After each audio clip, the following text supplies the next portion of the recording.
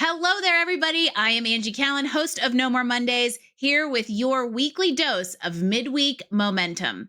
This is that Wednesday double shot that gives you a masterclass in communication, this week coming to you from Cindy Skalicky. Here she breaks down Aristotle's rhetoric triangle, which is a key piece to understanding how we communicate with people today. From ethos, pathos, and logos to showing how credibility, emotion, and logic work together to make our messaging land, she's going to give you food for thought in how we communicate from marketing to clients to relationships. Also, once you're done being inspired by Cindy's clip, head on over to your favorite book buying location and pick up her new book, Red Light, Green Light: How Top Leaders Present with Polish, Get Buy-in, and Become More Influential. So I think it's so important to go back to this idea of knowing you have to know the messenger. You need to know yourself. And I like that there's kind of this like lead in to establishing that foundation and then practically rehearsing and getting to know yourself at the messenger. But at the heart of messaging is who is my audience, which is why I want to linger around this rhetoric thing a little bit, because I have a feeling this is where Cindy and Angie get nerdy. Oh, good. Let's get nerdy. And so I want to hear a little bit. I think even fundamentally explain what rhetoric is and how it applies to this conversation about kind of executive communication and persuasion. Sure. Well, the father of persuasion itself is the great thinker and philosopher Aristotle. Now, I'm going to nerd out a little bit, but I promise it's relevant to you. And I'll just kind of throw out the definition of rhetoric. And if all of you who are watching, driving, running, whatever you're doing, if you could just imagine an equilateral triangle for me, that's all you need to do. But Aristotle says, of the modes of persuasion furnished by the spoken word, and that means like of the ways that we can persuade with speaking, right? There are three kinds. The first depends on the personal character of the speaker. That's you. And that's at the top of the triangle, credibility. The second on the audience and putting them into a certain frame of mind, which is very important. And the third on the proof provided by the words of the speech itself. So if we look at the triangle, we have speaker, we have audience, we have message. It's like, well, duh, Cindy. And it's like, I know, well, we need to apply this better, everybody. So we have ethos, pathos, logos. And so anybody who's been in classical education of any sort probably knows those three terms, but that means credibility is ethos. That means for pathos, or pathos, it's heart, feeling. And as a speaker, we must get our audiences to feel something, and hopefully it's what we want them to feel about us and our message. And then that leads us to message, which is logos, meaning, okay, I got them to feel something. I got them to care about why they should invest in my startup, for example. They care because they see the value of my product. Now, once I've gotten them to care with a short story, wink, wink, now I'm going to reason with them. And I'm going to get them to the logical end of why they should think about and seriously consider putting money in my hand.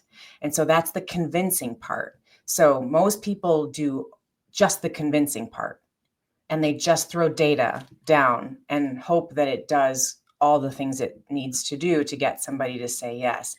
And Angie, what I've learned in the many years I've been observing persuasive communication is that the greatest downfall of the speaker is that they over assume. Ooh. They assume. And we all know what happens when we assume. Well, they assume that the audience already knows the problem that's in the industry, that their innovation solves, that their strategic plan, if they're in a big corporation, they assume the audience already is on the same page with them about how big the problem is, and they are not. And that's why we have to start with heart, and we have to start with story. And people freak out about this because they're like, Cindy, I'm not a storyteller, and I don't have time to tell a story. And storytelling, isn't that like kind of reading like a novel before I get to the good part? And the answer to that is also no. Like some of the best stories I've recently helped leaders with at big companies are 90 seconds long. And it's how we retain information. There's a reason that throughout various points of history, storytelling has been Yeah. such a core part of how we communicate and pass down information. And you nerd out on the rhetoric side of this. I nerd out on the psychology side of this, Oh, because go for it. that is my missed boat. Okay. Behavioral economics is the thing I would have Yes. majored in had I known that was a thing 25 something years ago. And because it is, and there's nothing when we talk about, so I want to set the record straight here. Persuasion is not manipulation. Correct. That's in my book. Thank you for giving a head nod to it. I didn't even know, yes, but love it. It is not manipulation. Shameless plug, queued right up there. Yeah. But it is not. There is, and it is negotiating in a way. And we know everything in life is a negotiation, from a job offer to what are we having for dinner tonight, right? Yeah. That's the case. And I think that where this goes into psychology, and where there's like, I feel like there's like 7 things colliding here, and I'm trying to figure, because this is very similar to what I talk about when I talk to those of you out there who are in my coach community and ever heard me talk through how to sell. Mm-hmm. This is essentially the framework, because what people usually do is go straight to the assumption that the potential client has made about their need without building the credibility to do the due diligence to meet them where they're at and actually tell them what they need and go into that advisor position from the get-go, and now sell into the heart of the matter, which helps them come around to the buy-in, right? And so again, this is not manipulation, it's not icky, but people buy almost everything emotionally. Yeah, they do. It's proven time and time again in study after study. And I will debunk a myth here for everybody. Yay, I like debunking myths. I'm gonna actually say this out loud, but in my book, I did a lot of research on this number. That story is 22 times more powerful than a fact.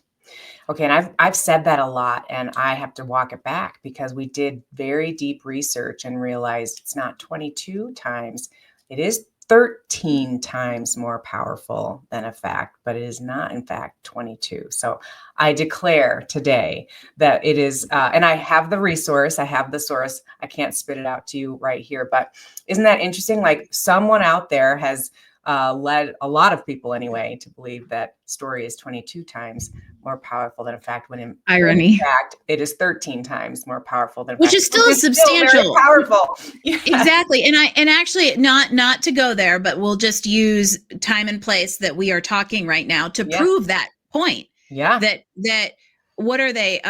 What's the term? Like, fact has been put into question because of persuasive, and in this case manipulative storytelling. And so that is just a current real world example to prove the 13x of how much stories relate. And I also want to clarify the fact that, like, when we're talking about, I've gotten into the selling thing, but in a way, if you're an executive trying to get your team to buy into change, to buy into a new strategy, you're selling, you need right? This. And so that word is applicable to kind of any situation where you need to use this like triangle and apply it to the way you communicate an idea, a thing, an opportunity, a product, whatever it is, in the most effective way it is received by the audience. Right. And if we need more people to get into our boat, we need to get them in by using the levers of rhetoric. And so what do we do with this triangle? Well, you use it as a baseline. And whenever you're getting ready to present something formal or even informal through a conversation, we want to evaluate, who does the audience think that I am in terms of my credibility and my confidence? That's the speaker piece. And then, what is my message? What do I really need from them or want to tell them? And then finally, and most importantly, who is my audience? But more so, where are they in relation to my idea? And how do I meet them where they are and not where I am? One of the most harsh sounding pieces of advice I have to give frequently to clients is, I don't really care what you want to tell your audience. What is it that they need to hear from you in order to move. And those are different things usually. And it's not like I'm being crass or rude, but it's like, it doesn't matter how much detail and technical prowess you have about your ideas, and how it's not about showing people how smart you are. You are smart. We know that, but be smart enough to know that your job is to reach your audience where they're sitting, not from where your high horse, or not that people try to do that, Angie, but like, we got to meet them where they are and then bring them toward Yes. us.